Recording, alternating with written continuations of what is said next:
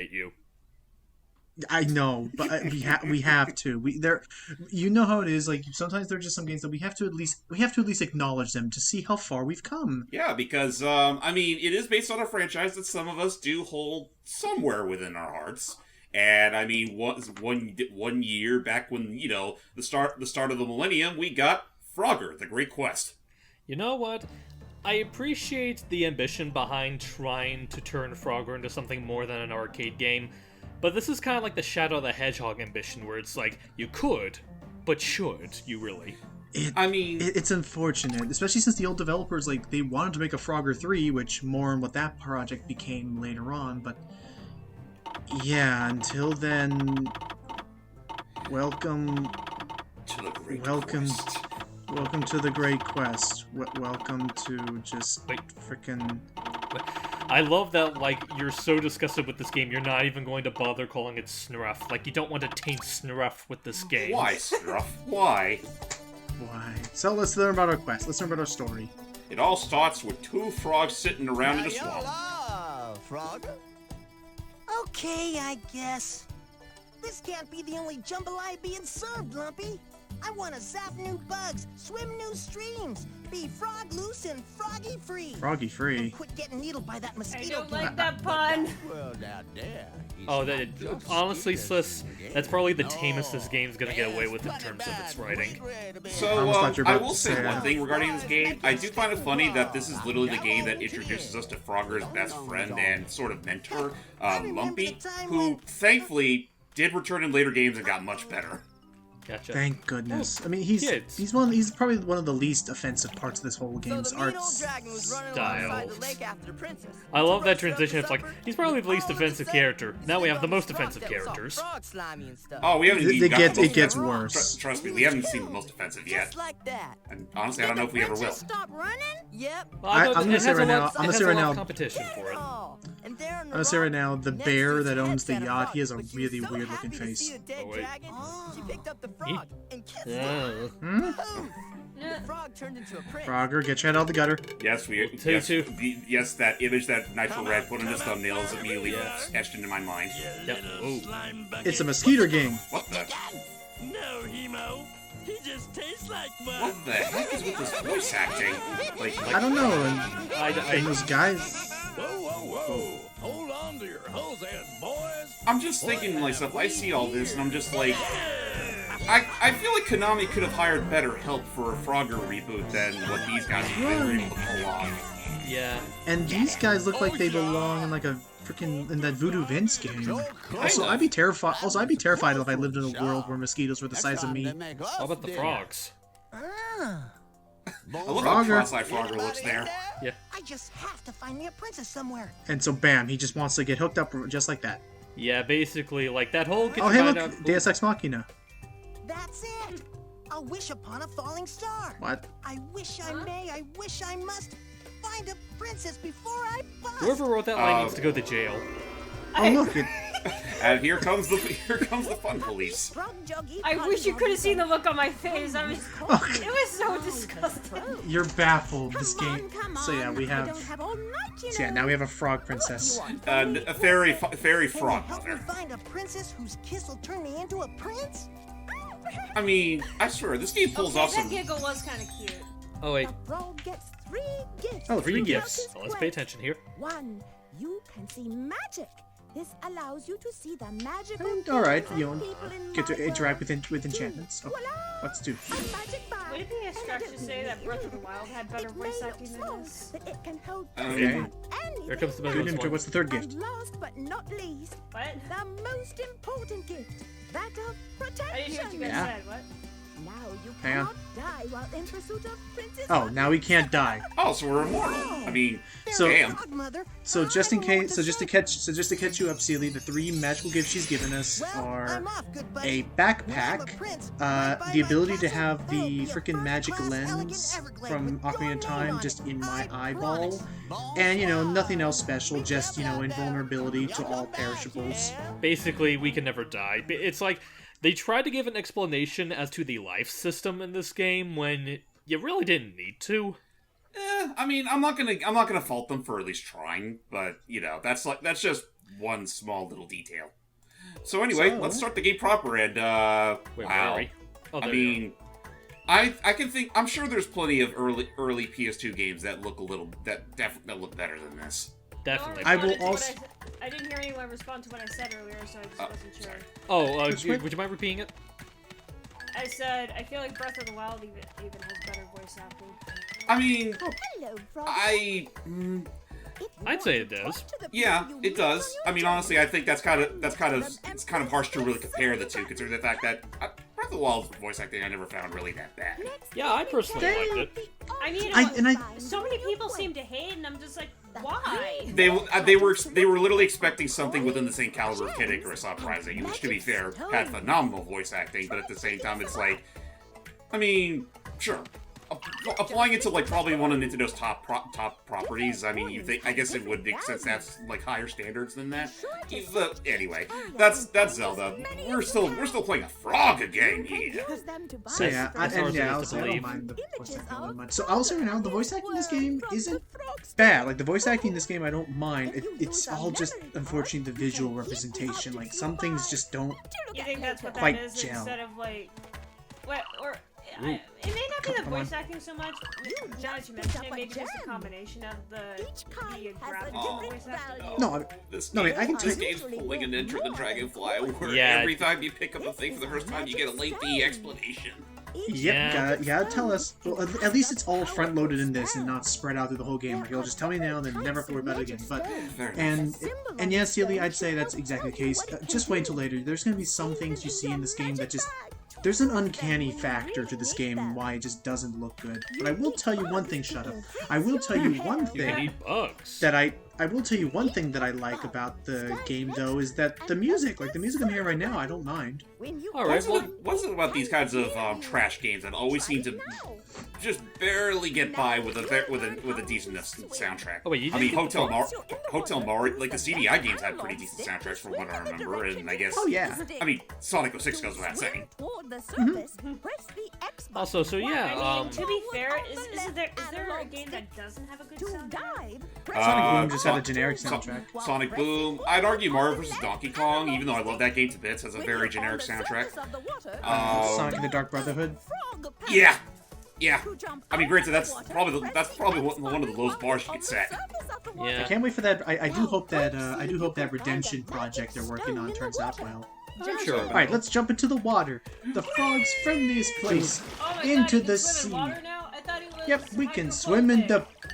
Oh, hello. Okay, Oh, we're wait, leaving. I don't want to be no. in the water anymore. I don't like the water anymore. This Yeah, is how not about- fun water for me. How about we just Get out of the ground. yeah, Get let's up. just Game? Hang on. There we go. I just had to swim away from the wall. Yeah. Sometimes the clipping can get a little. yeah. Why troublesome. don't we just go ahead and rip all the band-aids off? How about you talk about how bad the controls are first? Now, let's work on So, you know how like you've been in a platformer and you really wish that you could have that power up that lets the collectibles like coins kind of magnetize to you while you're walking past them? This game desperately needs it from square one and it never gets it. Yeah. The coins have a very precise hitbox. And as you're seeing, whenever you start jumping, especially jumping in place, there is some weird. It's almost like freaking Ghosts and. Get this. Maximo Ghost to Glories had better jump physics, and this felt more like jumping as if you're in Ghosts and Goblins. Yeah, it's like you're very floaty, but you're also very stiff. So yeah, like early Castlevania Ghosts and Goblins type of get over there. But now what? Oh. Stand next to the boxes and hit the square button to use your frog foo. Frog foo. My what? No, not Frog Foo, it's Frog Foo, so that we can sound. Hey, don't go Borderline spitting on the poor offensive. lady. Good, you did it. Yes. Frogger, I You think want after you the to voice press the actors did square this, button. they're like, where's my paycheck? Bless you. Uber. I think it was Sorry, just. I think it was. Listen. Yeah, I think you'll it have was to forgive me. I'm genuine. allergic to bad games. You can sidestep out of Ouch. danger. I would say, honestly, see, that's probably exactly what happens. That they just like they took the paycheck on the way out the door and were like, never again. Multiple enemies So, at once. Just Again, call I me see what dinner. was going. Frogger, I see what was going on here. Konami wanted to try and take one of their popular franchises because this was like during the big, action adventure, boom of the PlayStation 2 era, and they really wanted to, you know, elevate Frogger to, like James said, make it more than just a action adventure, more than just an arcadey platformer, which, by all accounts, they probably could have done it. And the good news is that you'll see later on in this little look at, because it's not the only game I'm doing, thank God. Oh yeah, no, we're not sticking to just the Great Quest. Well, they did strike upon, not on this platform, but on another one, they did strike upon a good balance to keep that. My eyes are up here. Hang on, I don't want to look at your eyes. I kind of paused it. Hang on, I'm almost finished. Okay, now, thank you, Key. Oh yeah, something about the sound design is just sounds so off here. Oh yeah, it is very sloppily done. Well, the sound you hear whenever you land any jump, period. So, are we doing this look at just to criticize everything about this? And look at basically to bash this game. I mean, I hold no redeeming qualities about this game apart from the voice acting, the music, and the you know, the fact that if you were drunk enough, you could get a good laugh out of seeing how weird this story gets. I mean, no, not even drunk. If you were high, you would get a good laugh out of this. Dry Octo's hot froggy fumes. How do we know they weren't high when making this? You bring up a good point. Oh, trust me. Like, if you want to see how screwed in the head. Oh, that's right. That's your hovering ability, literally croaking. Yeah. Hang on, let me try it again. I'll just go in here. Just whoop. You just kind of float with your bulging balloon neck. I like the idea. It just doesn't look right the way they animated it. Well, it's stiff. Well, it's stiff, but also just the fact that it's just the throat, but then you're in like a T pose while your throat's just. Why can't it be something along the lines of like how Globox does it in Rayman M? Yeah, where he just inflates his entire body. Yeah. Well, I mean, there has to come a point. I think this game especially, like, I think Hype brings up a good point. Is with this game especially, is like there has to come a point where you have to sacrifice some believability and realism for the sake of it still looking nice. I will say this much regarding the Great Quest. I mean, however crap this whole game is, like the most I'll give it is that it did more or less. It was one of the few things responsible for reinvigorating interest in Frogger, because I think there were still a decent amount of people that actually tried the game out, and, well, I mean, granted, I would also, and it also did sort of establish a few things, like, again, Frogger being an anthropomorphic character now, and some of the friends that he would have that would appear in later games, most especially, well, mainly Lumpy, really, because, well, yeah, it was after this game and the next game we'll be covering, interest resurged, and we had a couple more games to follow.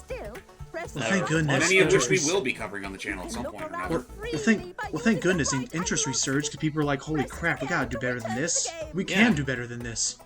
Who needs a fairy frog mother anyway? And a shallow story about us just wanting to get lucky. Get lucky and get laid with the princess so we can turn human. And it's funny is that.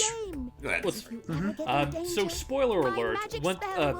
Just to kind of talk about how kind of horrible a character Frogger is in this, give a slight spoiler alert.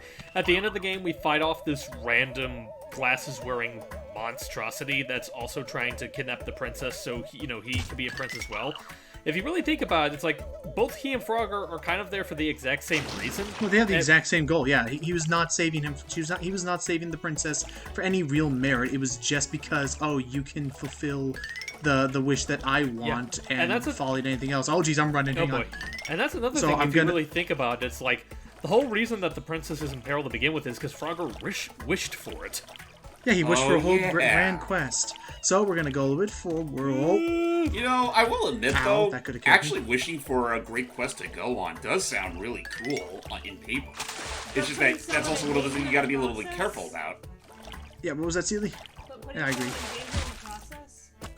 Possibly. Oh, jeez. Mosquito. Hang on. Dang, the mosquitoes are freaking Get on out of here, you. Ow! He hit me with. Oh, that's also another thing. All the characters have delayed hitboxes. And then the game crashed. The end. I took this as an act of mercy. On to the better game, James. Very much so, because play. He's back. but no, Sealy, I have a better game to show you. One that I think is even better than Frogger He's Back. It's Frogger's Adventure, Temple of the Frog, literally released around the exact same time as The Great Quest, and is arguably the much better game. It I'm uses liking this it uses more or less. Sorry, just for volume there. It uses pretty much the exact same art style and has more or less the same storyline to it, in that we're trying to save a princess. But Actually, the writing's better, so it actually makes it seem more like we're doing this to be, actually a good guy. Logan, that's actually a misdemeanor. The story for this game is that there's this one Grim Reaper character who is technically in Great Quest, but had a much smaller role. This one Grim Reaper character is basically ruining the land, and Frogger's going on a quest to stop him because, he wants to help his friends, not go into ruination, and just takes it as an opportunity to explore the world. Yeah, the funny thing is, this is pretty much the story that they would use as a basis to continue future games. Because, forget whatever Great Quest ever tried to put into the picture. Like, every other Frogger game from here on out mostly takes its pages, however small they may be, from this game. Oh. Right down to the fact that Lumpy returns, obviously. Yep, and yeah, other than that... And actually, a later game we'll be covering does acknowledge the existence of the Temple of the Frog, which is pretty much your end goal for this game. Oh, okay. So, yeah, basically they released this game, and who'd have thunk the handheld game is actually more, enjoyable to play than the big PS2 one. So yeah, a lot of lore, a lot of fancy schmancy RPG talk. We gotta go reclaim all the fire elementals. So James, tell them about how this whole thing works. Okay, so every world of in Temple of the Frog is as followed. There are 3 levels in each world. In the first level, you have to collect three icons of that world's particular element. In this case, it's fire. For the second world, pretty much do the same thing, but add two more icons to the mix. And then for the third level, you face against a boss in a mostly creative way that takes advantage of the fact that we're still playing a Frogger game in a more traditional sense.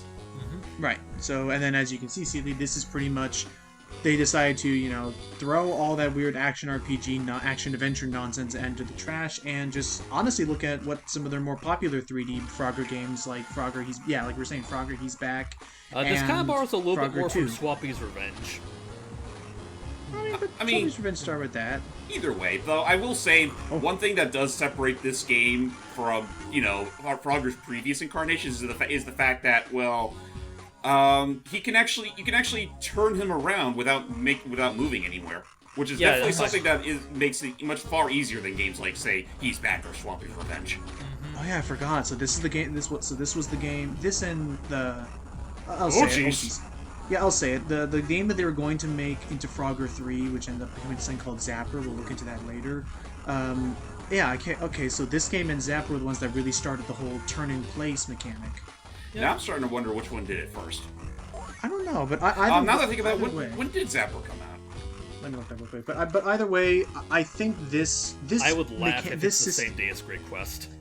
Let's find out, but I will say right now, like, this system here, this, I think, is what works best for Frogger in a modernized sense of the arcade thing. Like, right, it still feels like an adventure, and yet it still plays like the classics.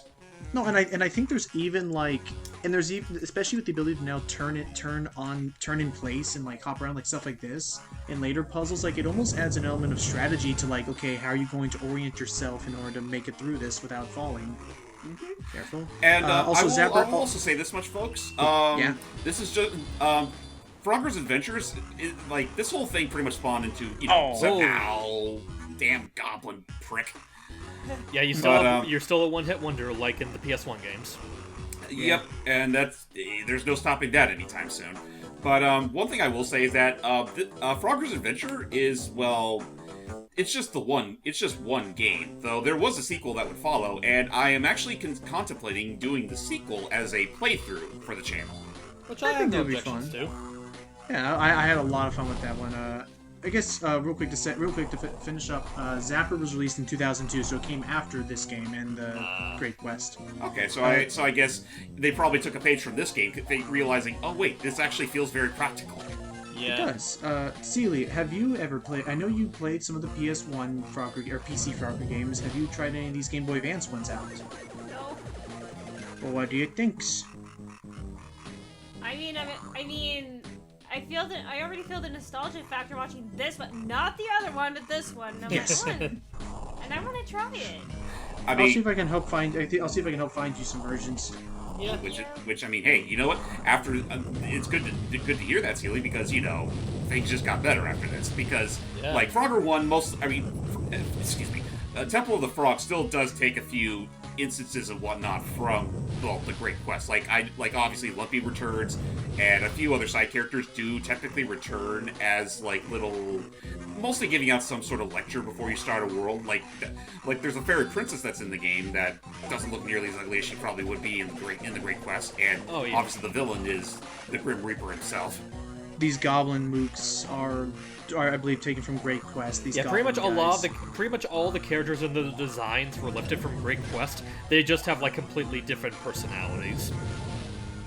Nothing nearly as ugly as what was brought out in the Great Quest. I would love to. Part of me would love to see like what the development was like on the game. Like, is it really a trouble thing like 06 where they thought they had more time than they actually were given, or did they like?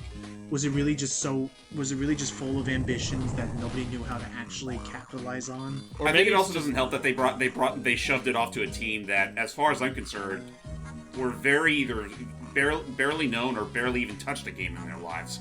Yeah, and honestly, I also see it as kind of like actually, now let's stop and think about it. Logan, if you could do me a quick favor, could you go check up a wiki article for all the developers?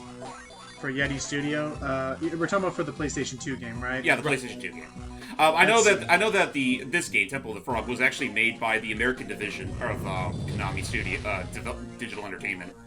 Huh. All right then. And which is funny because future games in this series would actually be handled by the Hawaii division, which I wouldn't be surprised if actually the same division. They just renamed it because it was all situated down in Hawaii. Mm-hmm. So yeah, I can say right now that so it was made by Papa Yeti Studio, who are a trademark of Konami. I think it's a lot of their American division. I can tell you right now that according to the trademark according to this trademark record-keeping website, the trademark for Papa Yeti Studio, supposedly according to this website, has been abandoned since 2003. Ooh. So if what I've heard is correct, it was the Goblin King. You must defeat him now. So if I'm correct from what I've heard from a couple review videos and stuff, it is like the second Great Quest came out and reviews came in, it was like drop and burn everything at Papa Yeti Studios. Leave no evidence of of the sins we committed. I don't think that studio ever did anything else of note again. Which is kind of it's so weird to me because this is like one of those rare examples where a portable version of the game just went above and beyond compared to the console version, and I mean it even speaks financially because I think, if I'm not mistaken, this is one of the most financially successful Frogger games ever created. Yeah, I think it's the second highest selling next to Frogger He's Back. Which actually makes perfect sense when you realize that this game literally came out right when the Game Boy Advance launched, or close enough. Oh yeah, no, this was a solid launch title. This and Lost One. Lost One I didn't see too many copies of, but when I played it, I was like, oh my gosh, this is great. And we gotta watch the boss fall. Goodbye. Oh. See you next time. And that's it for the Goblin Caverns. And also should be said right now, we're already, I believe, a quarter of the way done. There's like 4 big areas. It's a short game. There's only like 5 worlds total. So it's not a super long game. Lost One is a bit beefier, so we'll hopefully we can get more of that. But yeah, it's a bit beefier and a bit more intricate in its design. Right. So that concludes our little multi-look at of the PS2 game, which just no. Just no. Rest in pieces. And the Game Boy Advance game, which honestly, it was one of those really odd, like, in the span of a single year, the death of an era and the rebirth of a completely new, like, line that Konami decided to pursue once the other one didn't do so hot. It really is the 06 to Unleashed. Kind of, yeah. Which, actually, now that I think that's kind of funny, considering the fact that, right around the same time 06 came out, there was also Sonic Rivals, but that didn't really get much of a boom in and of itself, so... Nope. They were kind of left hung dry for a little while. Yeah. Yeah. So, with that said, ladies and gentlemen, see you all next time as we tackle more Frogger goodness. And the next game we'll be tackling, as a look at the very least, is Frogger Beyond. I've never heard that. I've never seen that game the before. bleach, please. But, Sealy, the beach is over by the bayou. You're gonna have to trek your way over there. I said bleach, not Not beach. the beach. Oh, see you guys. Bye. I'll say.